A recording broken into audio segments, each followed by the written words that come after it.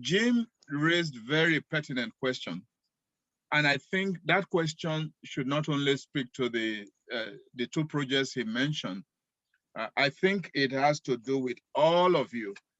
Could you go back to your drawing board and see that your questions, your research question and your objectives and your research methods and methodology are speaking to each other?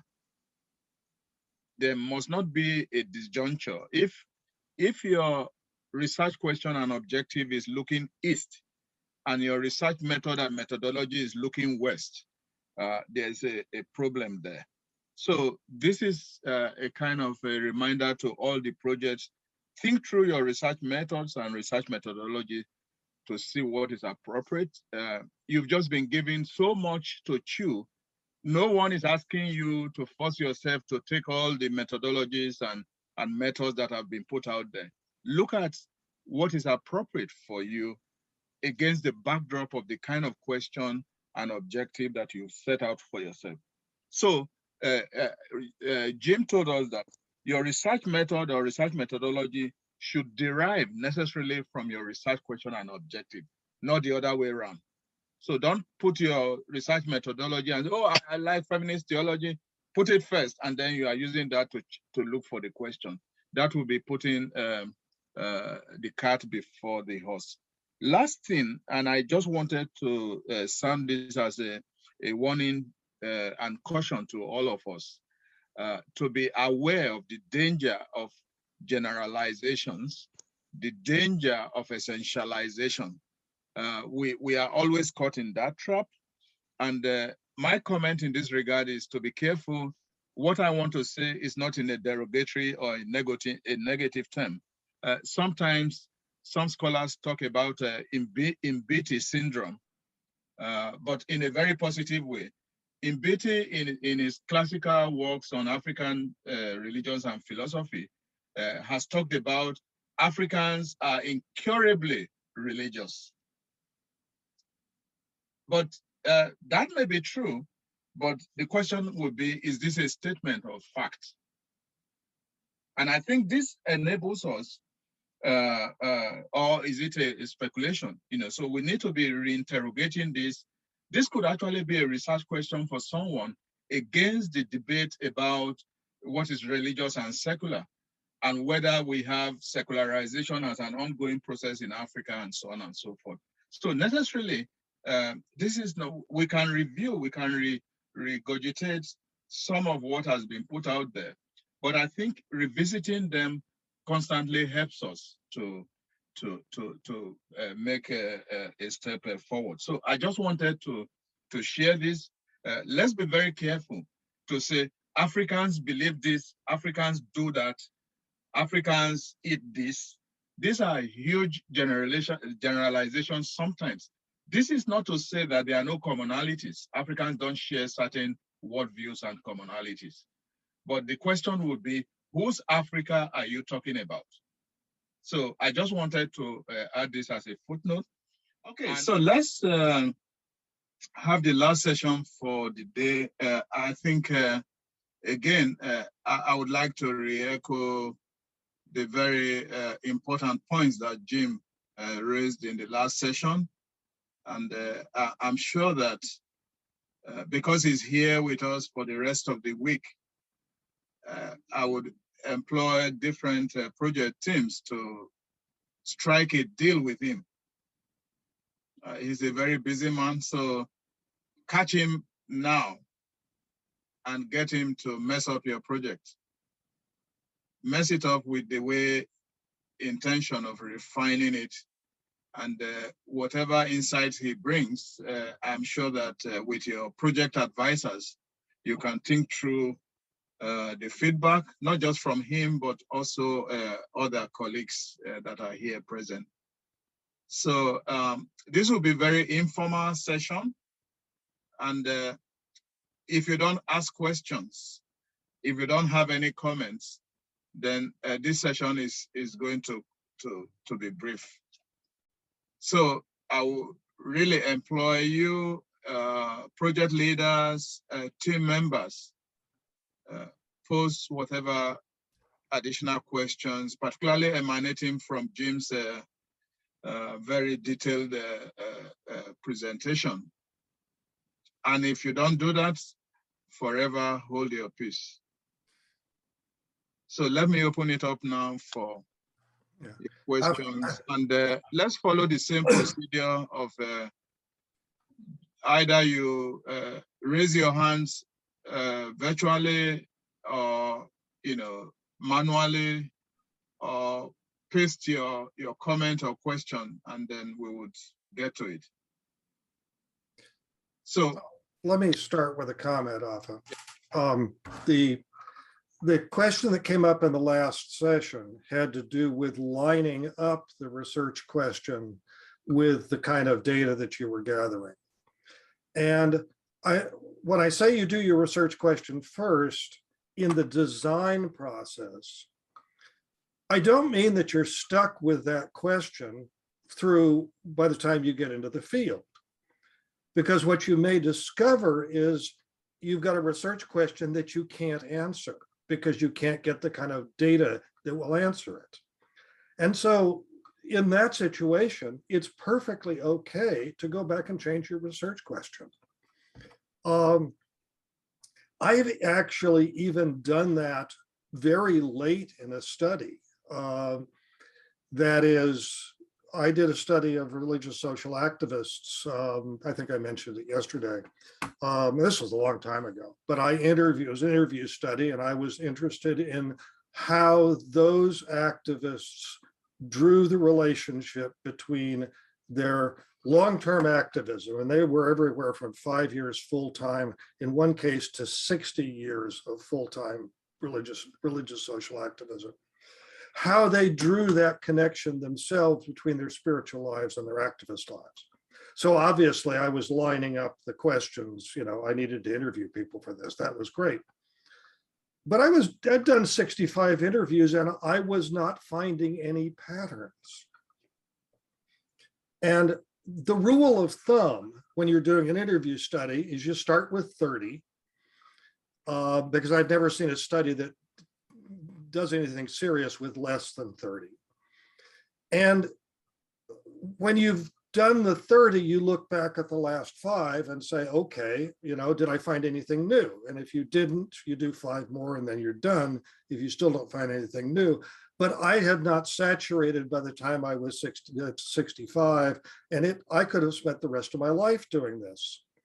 So I took that data and went back and asked a different question about that data. It still had to be one that could be answered in the way that I was with the data I had. But you can go change your question. You just got to make sure that the two things line up well analytically. And it worries me when things don't. Anyway, that's the editorial comment at the beginning. But thank you, Jim. The other thing is that I added a few extra items to the Dropbox for which I gave you the address yesterday. And I have just put that address in the chat again, so that if you need access to it, there's more there now than there was when I first gave it to you. Thank you, Jim. Let's not make this Jim affair. There are several veterans here. Joel is here, Jehu is here, Retif is here, Wenda is here, Damaris. So let's be interactive here. So whatever 2 cents you have to add, please do that.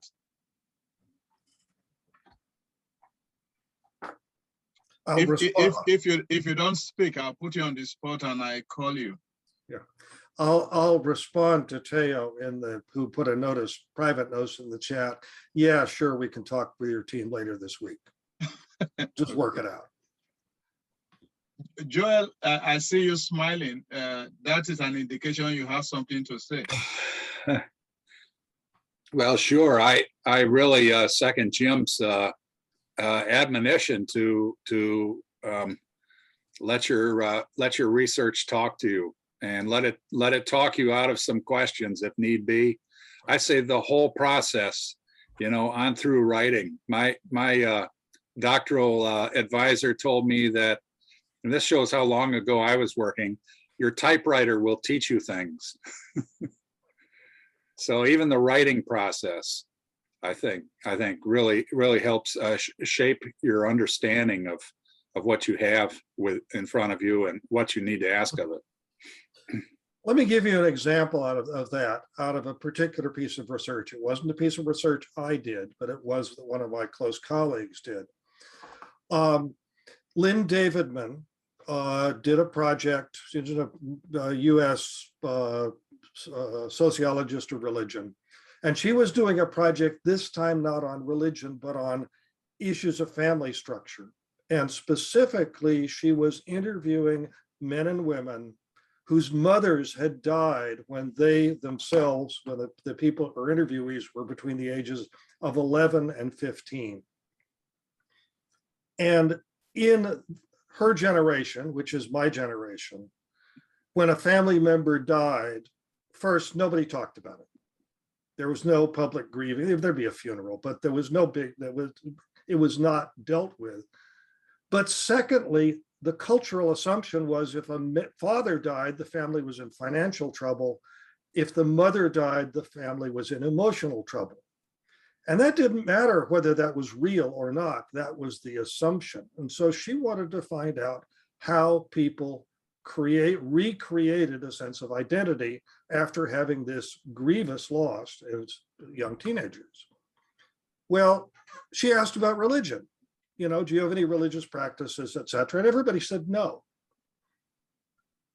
And then as she was working through the data, she realized that she had a symbolic practice that was quasi-religious. That is, she kept a little table next to her front door with a picture of her mother and a shawl that her mother liked because her mother had died when she was 12. And nobody had talked about it. And at that point, she went back and called up the 60 people she'd interviewed and said, have you got anything kind of like that? It may not be religious, et cetera, et cetera. Every one of them had something. It was the word religious that had thrown it off. But everyone had something that functioned in that way. So you can find out, sometimes the things come up with your typewriter, you're working on your typewriter, working on your computer, lead you back into the field to find out. No, thank you, Jim. Yes, I will follow up on that momentarily. There's a question on the chat. Can you speak again on logic as structure? So while you are thinking of that, let me just follow up with a footnote. I think what you are getting at is sometimes what I think about asking people to think about plan B and C. Because you wrote your proposal, you set out to interview X and Y and Z, and you get all the motivation here. You even had contacted these folks and they tell you, oh yeah, that's fine. And when things break down, things change. And you get back to them and they say, oh yes, although I told you I will grant you an interview, now no more. Although I agree you should come to my church, now I don't want to see any researcher. If I get you at my gate, I get you arrested. So when that happens to you, what do you do? What is your plan B? What is your plan C? And I think this also has to do with the kind of questions are not necessarily fixed and set in stone. There's a kind of forward and backwards refining process that we must be thinking about. So if I ask each of you, what is your plan B? Do you have a plan B? Do you have a plan C? No matter how beautiful and interesting your questions are, suppose communication breaks down. Suppose actually what you find at the initial stage actually make nonsense of your questions. So I think these are questions and things we should put at the back of our minds. So maybe you come back on the question of the logical structure and then we'll see what Jehu or Retiv would like to chip in here. Okay, well, let me put up the slide that talks about logical structures, because this one is, it's easier to see it. And I think that ought to be, I think it ought to be visible at this point. You can see the slide, yes? Okay, good. The place of the logical structure is that when you've got a research question, you want to draw some kind of conclusions from your research question. You've got a question, but then the issue is, what do you want to do with the answer? Do you want to prove that things are related? Do you want to prove that there's causality? Do you want to prove that A and B always go together, but there isn't necessarily causality between them? Or do you not care about causality at all? Are you interested in doing something else? And so there are lists in various research books about, what kind of research you're trying to do. And my point with the logical structure is that simply that it's an important question to decide early, because, for example, in some of these cases where I pointed out that people were asking about causality, but their research method wasn't going to get them there, then you can change your data collection method in order to get you there. But here are the groups that I put up yesterday. And we've got the relationships, which are these, experiments of one kind or another, or correlation research, which is, well, we don't know what the relationship is between the X and Y, but we do know that there is a relationship between them. Maybe something else causing it. So for example, in the United States, if you take the 50 states of the United States and you rank those states by the number of Baptists, the percentage of the population that is Baptist in those states, you get a certain list. And then if you rank those states by the murder rate, that is, how many murders are there, and you rank the states, it's the same ranking. They are highly, highly correlated.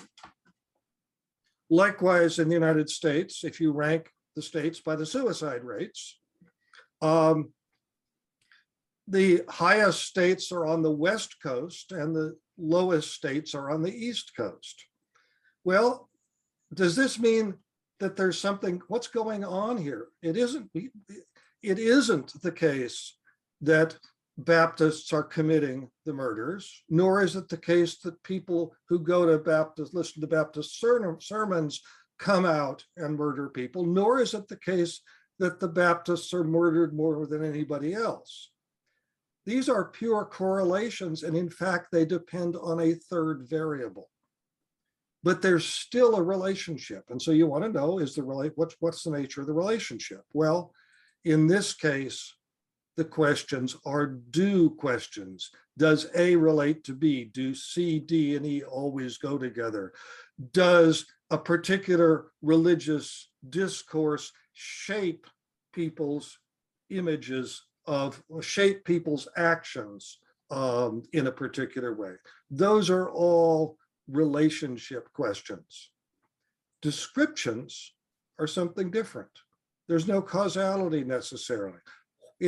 These are what questions, either what happened, what do people think, what does the worldview, do people's worldviews look like, what are the elements of their theologies that they find most important, et cetera, et cetera, et cetera. No causality involved. Now, the point is, you've got to decide which of these you're interested in. And that's a key part of the design process. That's really all I'm saying. Now, does that help a bit with the question, whoever asked the question about logical structures, Rodian? Does that? Yeah, Rodian, are you smiling now or still confused? Okay, I think he's not is not speaking. Yeah, Rodian? I'm smart.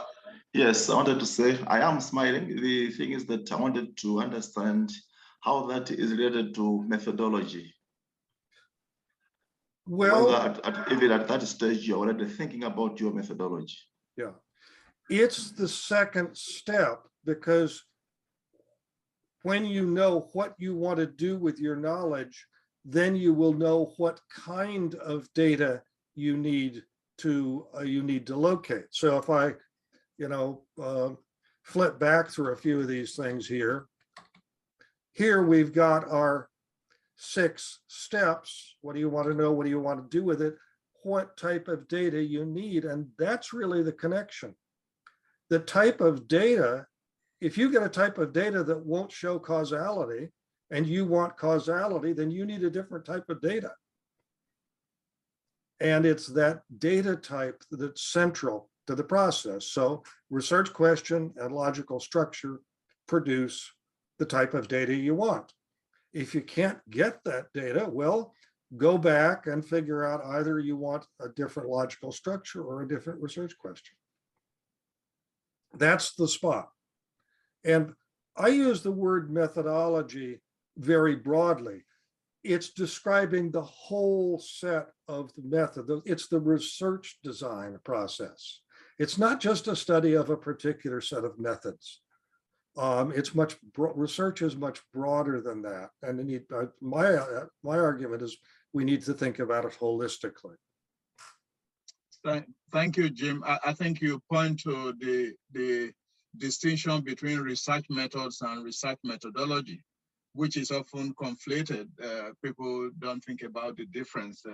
I do have 2 questions in the chat, one for Jehu and one for you. So I will read Jehu's question, but also prefix that with the fact that every method, every approach has pitfalls. So you just need to be aware of what limitations that your approach brings. And I think this is partly why mixed methods or polymethodic approaches becomes very important. What one misses, the other complements. So the specific question from Felix to Jehu is, you mentioned about the pitfalls of grounded theory. May you please speak to that again, especially in light of the presentation thus far? And then Jim, the question from Felicity. I'm curious to know about the community entry experiences you've had over the years of research. So we can take those 2 and then we look forward to other questions or comments. So Jehu, would you like to give that a shot first? You are muted, please. Sorry about that. I'm actually pleased that this question is being asked in the context of Professor Spickard's, going back to the presentation about structure, methodology, how research questions tie to the type of data that's been collected. Because I think, generally speaking, while we must accept that grounded theory comes with a lot of possibilities, there's sometimes the assumption that it dispenses with some of these, critical elements of research design. I mentioned lit review earlier. The paradox is that grounded theory really purports, rather claims that you're not going to be tied to any pre-existing theory as you collect your data. But grounded theory is itself a theory. So if you say that's what's the operative approach in your work, you're already working with a particular theory. But more to the point, the limitations I was trying to draw attention to have to do with the fact that bottom-up research, bottom-up perspectives or approaches, by definition, push the researcher into collecting huge amounts of data, because the focus is lived reality, the lived human experience, human societies and how they function and so on. So a lot of data is collected, and it's very easy to lose sight of the forest for the trees. So that's actually one of the primary pitfalls, because then you end up with tons of description and with inordinate amounts of data that then make it difficult to explain particular trends, connections, and to analyze. So it's important to go into this knowing that that can be a challenge or a problem. And like I said, we find the same thing in social historical research, that once you make the whole of society your reference point and not simply elite contribution and institutional agents, the scope is much wider, and that can create enormous amounts of data for the researcher, and that can bring its own problems. I made the point about hyper subjectivity, and what I was simply trying to say is I wasn't suggesting that subjectivity is absent from any kind of research, and I would agree with the earlier comment that complete objectivity is a myth. When I discuss this with my students, I talk about rigorous subjectivity. In other words, subjectivity that's informed, that you try to be aware of your own innate biases, preferences, and so on.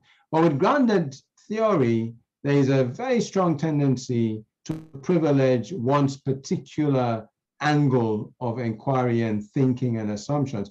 That's also something Professor Spickard addressed yesterday. We work from a particular place, and the ability to constantly engage in self-query and assessing the terms and basis of one's ideas is really crucial in doing grounded theory well. Again, I feel in the African context where we have a strong emphasis on the collective, on the community, maybe that's not as big an issue. But I find in the Western context where grounded theory is being used, it's been seen as a way for the individual to produce their own individual theology, which has all kinds of, creates its own problems, I would say. And the last thing I believe I mentioned, now I can't remember the third thing. Maybe I've already said enough. Let me underline how important it is what you've just said. That grounded theory was developed in a particular time and place in order to produce answers about qualitative settings where nobody knew anything about what was going on. So the first case was interactions on a hospital ward.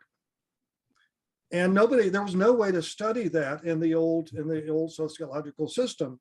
And so Blouse and Strays, the two originators, put together a very meticulous system of taking notes in order to find out what was happening, in order to find out about the interactions that were going on there, which the existing sociological methods couldn't approach. Yeah. Those techniques of memos and note-taking and ways of letting things percolate up from the bottom and so on have now become fetishized.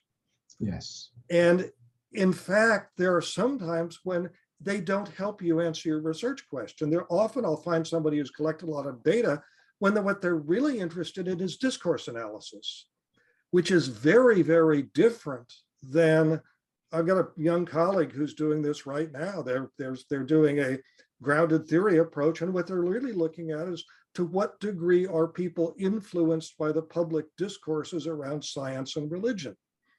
It'd be much easier to do a discourse analysis of particular texts or interviews, etc. But they're buried in data that they don't need.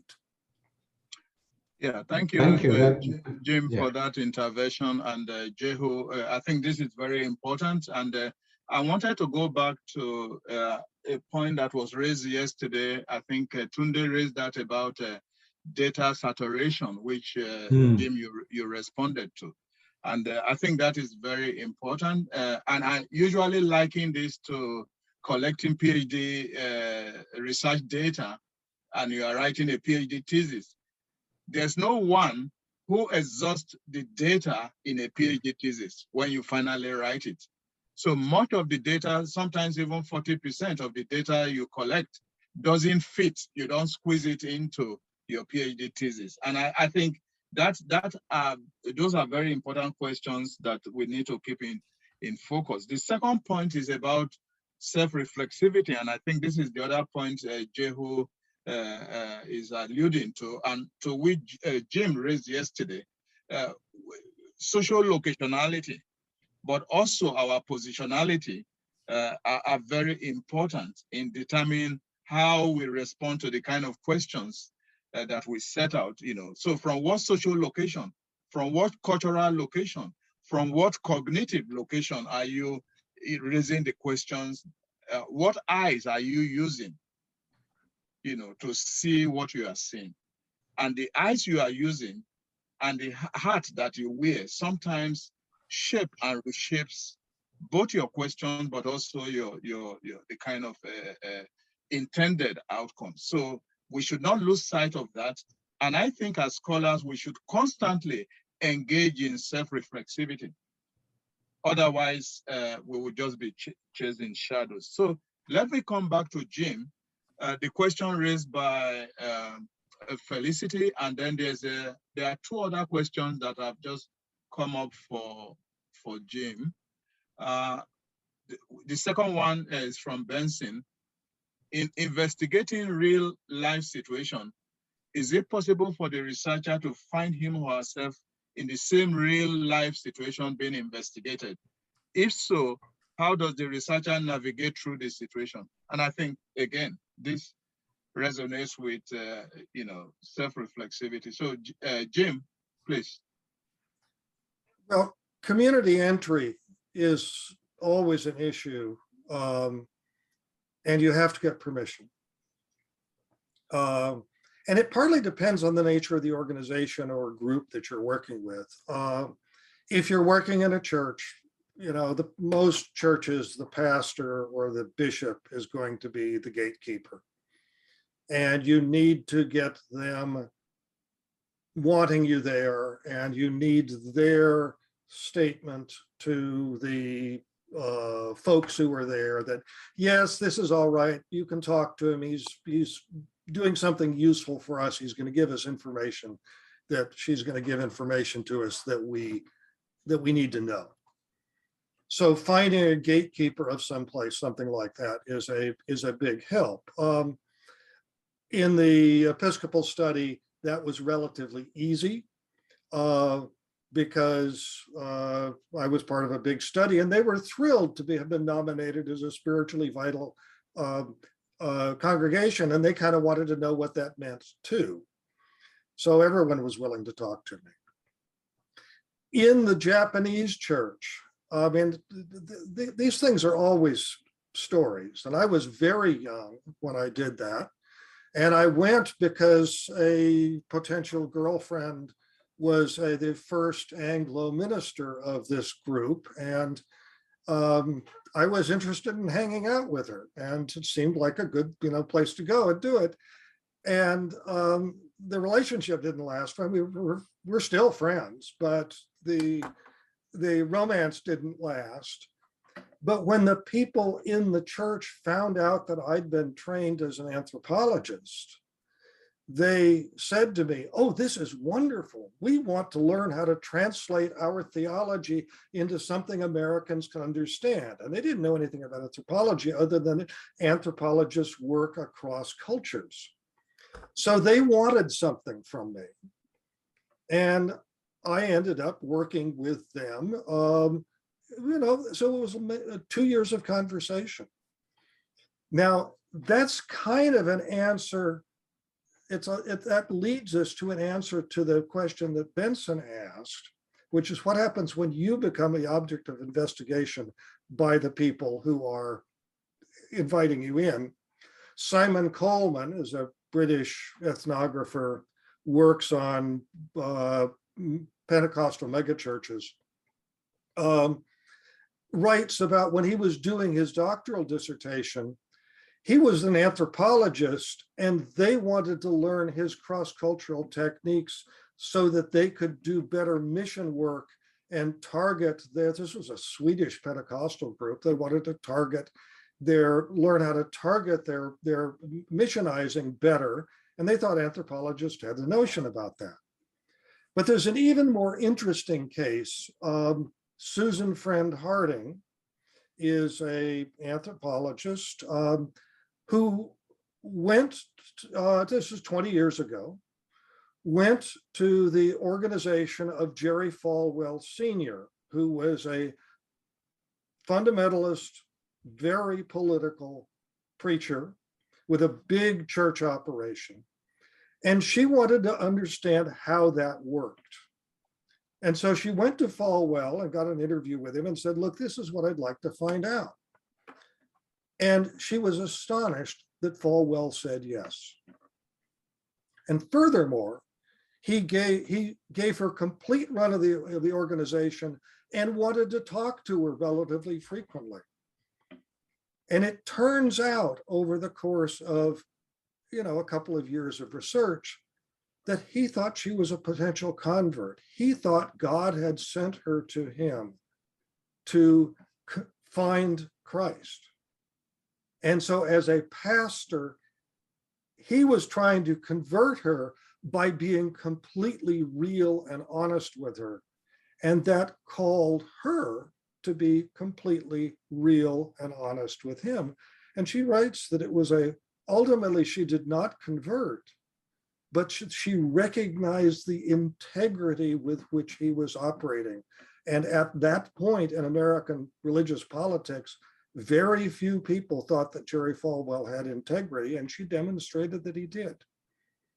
So, how do you deal with it? Depends on what they're trying to do with you. Does that help, Benson? Yeah, thank you, Jim. We have about 13 minutes, and I want you, Jim, to sip some coffee. I know Wenda is just about going to the beach. So before he does that, Wenda, please, your intervention, if he's not already swimming. And if he's swimming already, perhaps Damaris, you are still on the shore of the beach. Could you chip in anything? Yeah, I doubt Wenda is in the beach because it's dark. Let me not turn my video on. But I'm so intrigued by what Jim has just said, and I was reminded of the time I was researching on mega Pentecostal churches in Kenya, and access was completely denied to me by the big men of God. And that shaped how I did my research. It still shapes how I undertake research with Pentecostal churches. And I wanted to ask Jim, how do our grantees navigate possible situations of collecting data in spaces where access is denied, or in spaces of hostility, or even in spaces where clergy would want to tell you what you want to hear?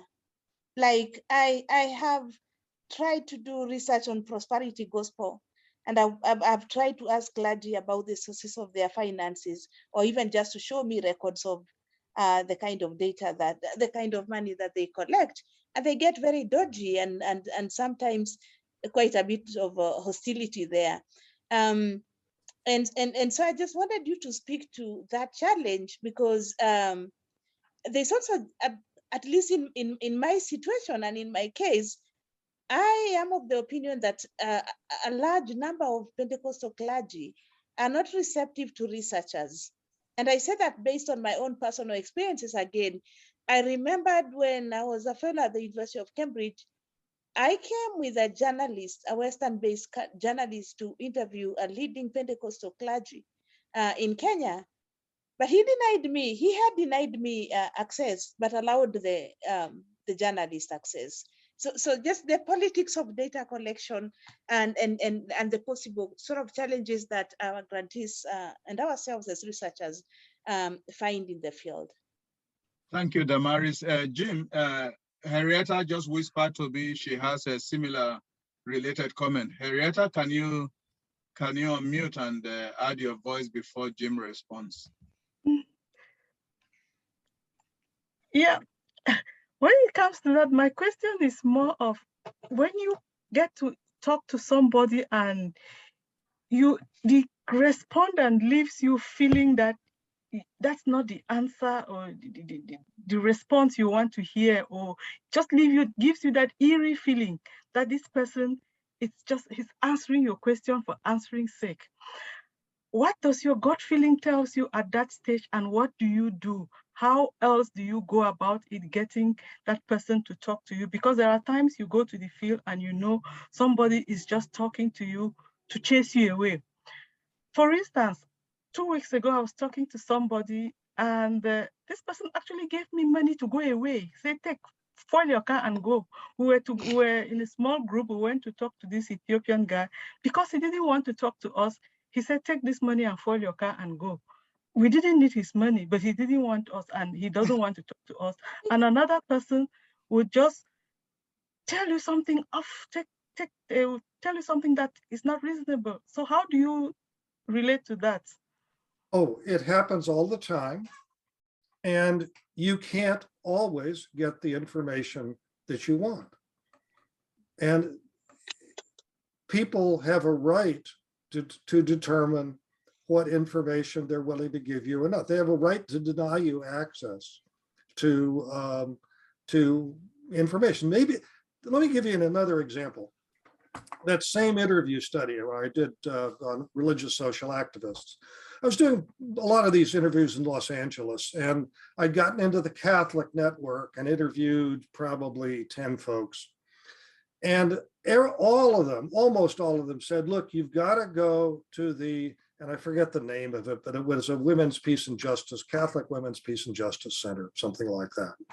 And you got to talk to the people there. So I made an appointment and sent them the information that I was, they wanted to know what I was doing, and I sent them the information and so on. And where I was living was a 2-hour drive to get to them. And so, but I was a single parent at that point, and I put my kids in daycare and drove the 2 hours and arrived at the time of the appointment and walked in, and they looked at me and said, who are you? I said, well, I'm Jim Spickard. I'm doing this project, and we agreed to have a meeting. Did we really talk to you? Did you talk to us? Well, tell us what you're doing. And I told them what I'm doing. And they said, well, can't possibly meet with you today. Can you come back next week? So I drove home, got the kids out of daycare. Next week, same thing, driving in. And I walk in the door and at the right time, and they say, who are you? What are you doing? What? This time they asked who else I'd interviewed. And so I gave them the list of people that I've interviewed, and they started making comments about these folks. So, well, she's pretty good, but and that guy's a priest. He can't possibly know what he's talking about. And finally, one of the 3 people in the office said, all right, look, I'll interview him.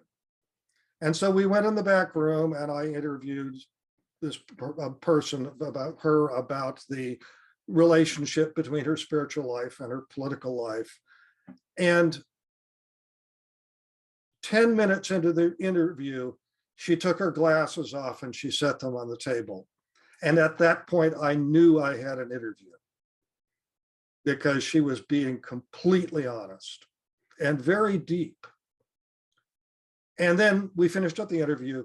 We went out and she said to the rest of them, he's okay, he actually listens. And the backstory was that they had had too many journalists come in already having written the story that they wanted a good quote for. And they had been, what we would call it, having been burned by the journalists. The only way that I can get around, I've ever been able to get around this, is to convince people that I really do care about what they have to tell me, and that I'm not interested in putting them in a box. And then it's more likely that they'll speak to me, but they don't all.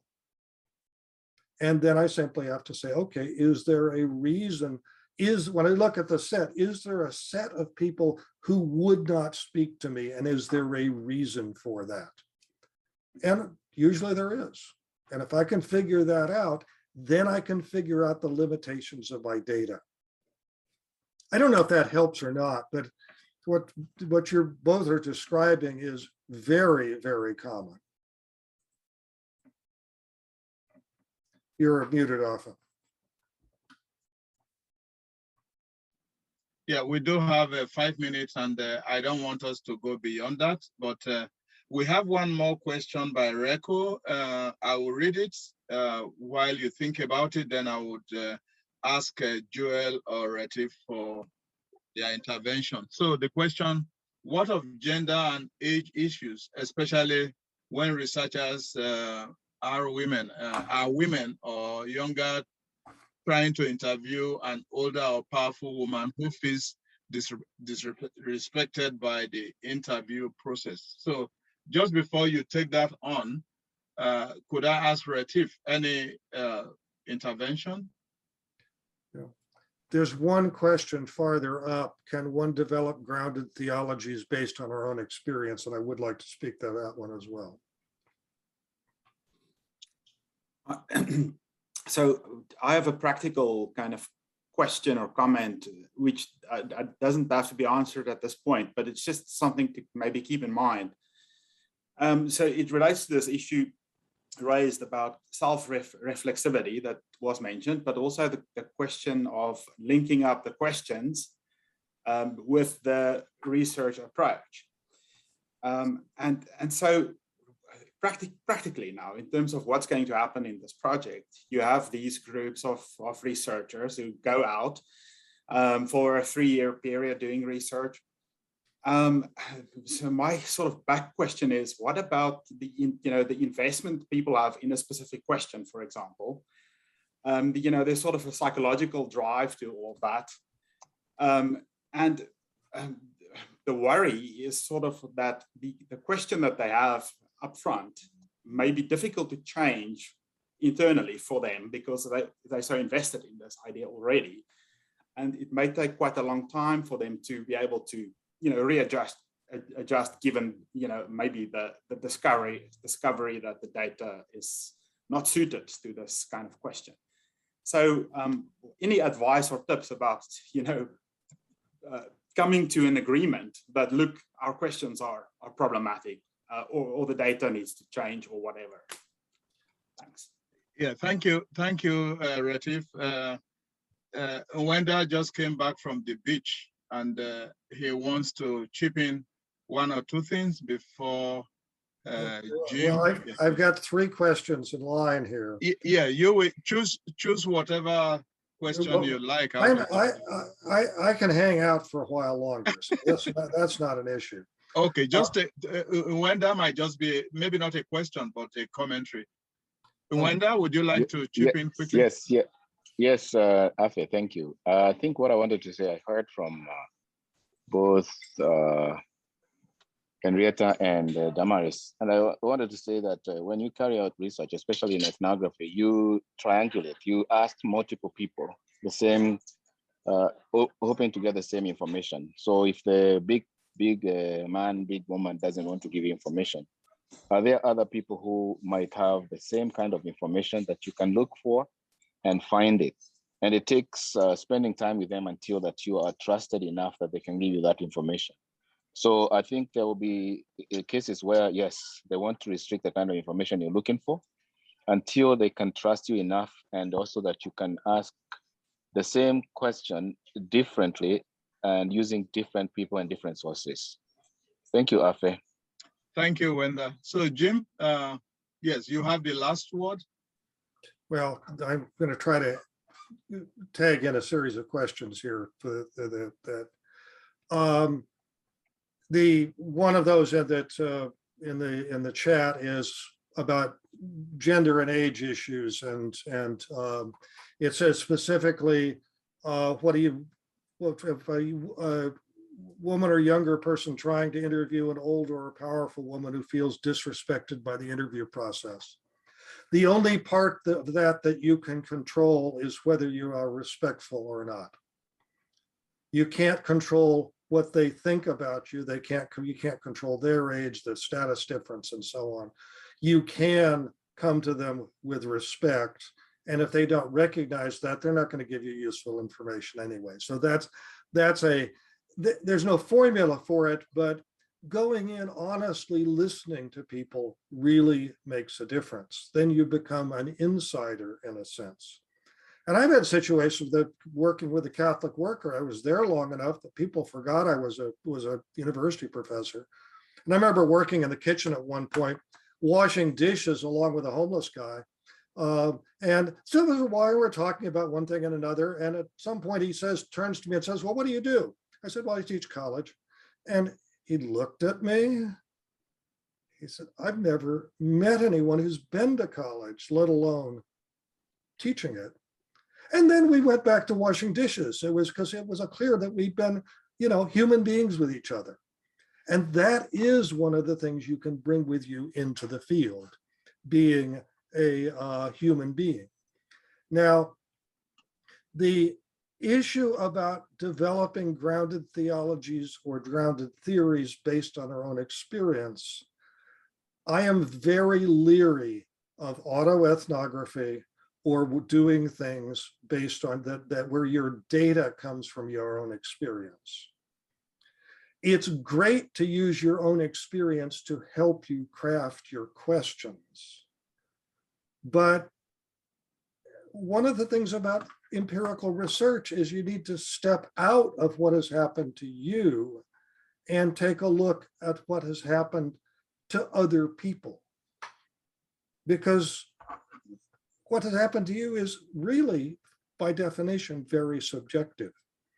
Now, the one exception to that in sociology and anthropology is that what we study are the social patterns that shape people's lives. And like everybody else, I've had social patterns that shape my life. And so I can use my own experience as an example of a social pattern shaping a life, but I can't use it as my only data. And so in the course of what I've talked the past couple of days, I've given you a bunch of examples from my research, but none of them are about me. They're all about the patterns of research. So you need to be very careful with that. Now, Retief, can you repeat your question really quickly?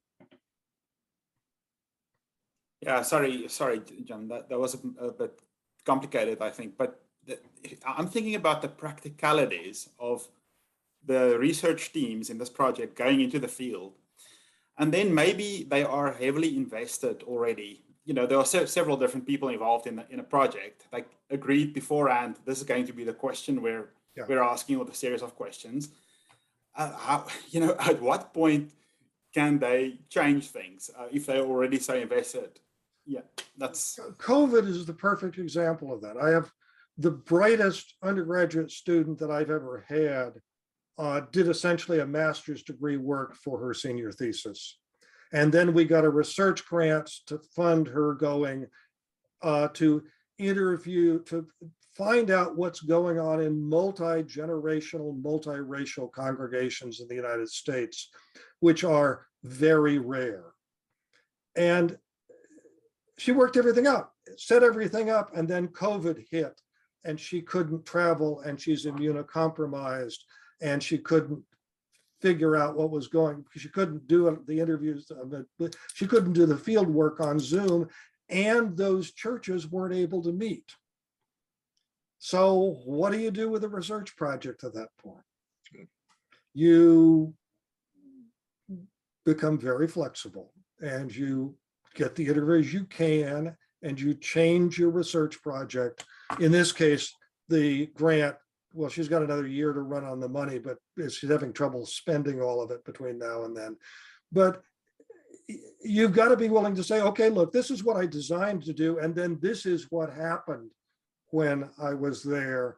And so this is what I can write about, or what we as a team can write about. And granting agencies are usually pretty good about that.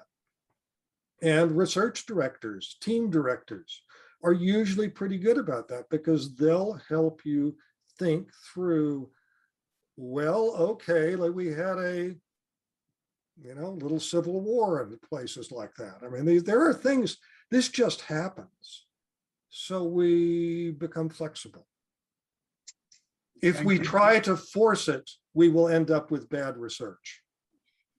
Thank you so much, Jim. I'm sorry to speak out of turn, okay. But that comment, that Professor Spicker's last comment is, I think, to my mind, particularly valuable because we're in a COVID environment.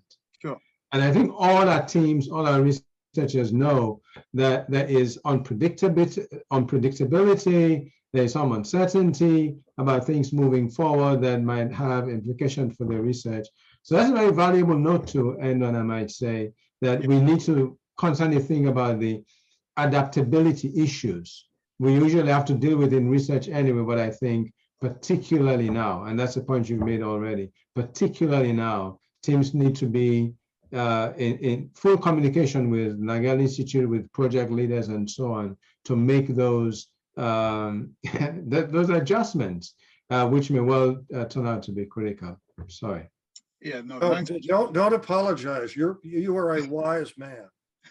Thanks, Jehu, and thanks, Jim. Yeah, I think this all bounce back to the point about Plan B and C, or even Plan D, because, and I think we've taken that on board already, because I remember that even before this workshop, when we interacted with the different themes, we told them, look, we are dealing with engaging African realities, but at the same time, we have to be attentive to the current realities.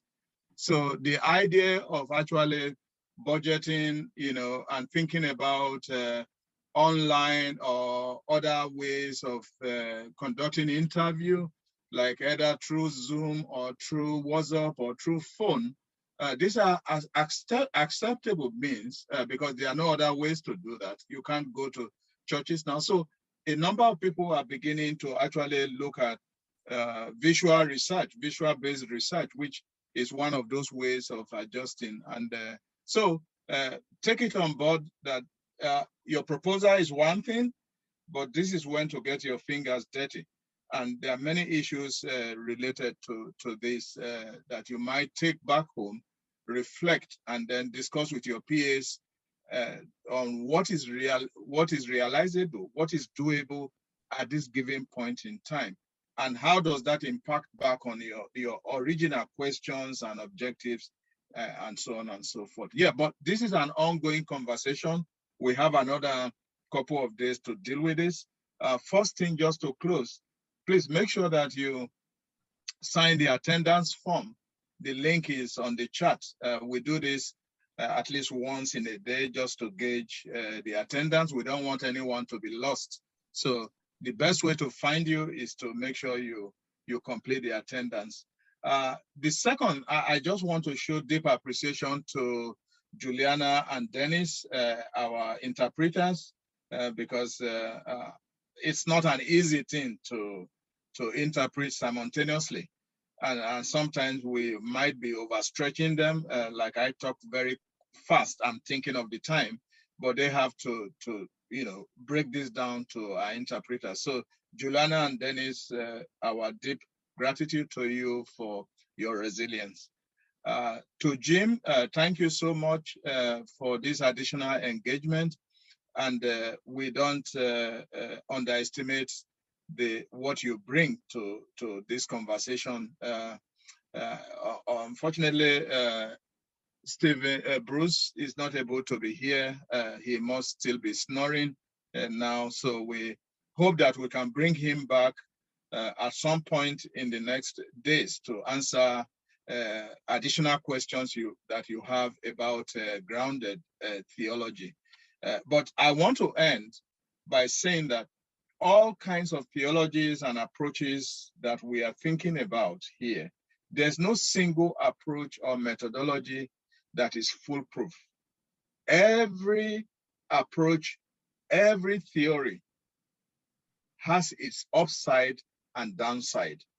And to be conscious of this, two-dimensional perspective of each approach or methodology that we use is creatively important. So let's digest this, and I think tomorrow is another day, and we say that older wine or the sweetest wine is saved, or the best wine is saved towards the end. So I think as the days are going, things are getting even sweeter. So I want to thank you for your contributions, either in terms of questions or in terms of comments, both to the speakers and to the exchanges we've had. This is creatively productive. And I would like to also thank our research associates for all what you do behind the scenes to ensure continuity. We also do recognize the challenges of power. I know some of our participants are not able to join us up till now because of power cuts or internet cuts. These are the realities that the Engaging African Realities project needs to think through as we go forward. So thank you for all you have contributed to the success of today, and get refreshed for tomorrow is another day. So tomorrow we are not starting at 11 a.m. We are reverting back to the 1 p.m. So take note of that. And this is GMT. And then, yes, so I am fired up. I can't wait for tomorrow's program. And I suspect so do you. So thank you. And to Nelly. Yes. Thank you to Nelly and all those in the secretariat for all you have done to make today another great day. And thank you, Afe. Thank you. Thank you all. Thank you. Bye-bye. Thank you, sir. Thank you, Afe, for the leadership. Thank you, facilitators. I know. Thank you. See you tomorrow. Oh, I didn't know I was muted. It's 7:50. Everyone, I put the link in the chat again. Someone said that it wasn't working, and so I put the longer link in and then checked at the bit.ly, and so there's now a lot of stuff there. Okay, no, thank you, Jim. Thank you. Including my email in case people need to write me. Yes. Okay, thank you, Jim. Jim, you deserve some good champagne. Yeah. None in the house.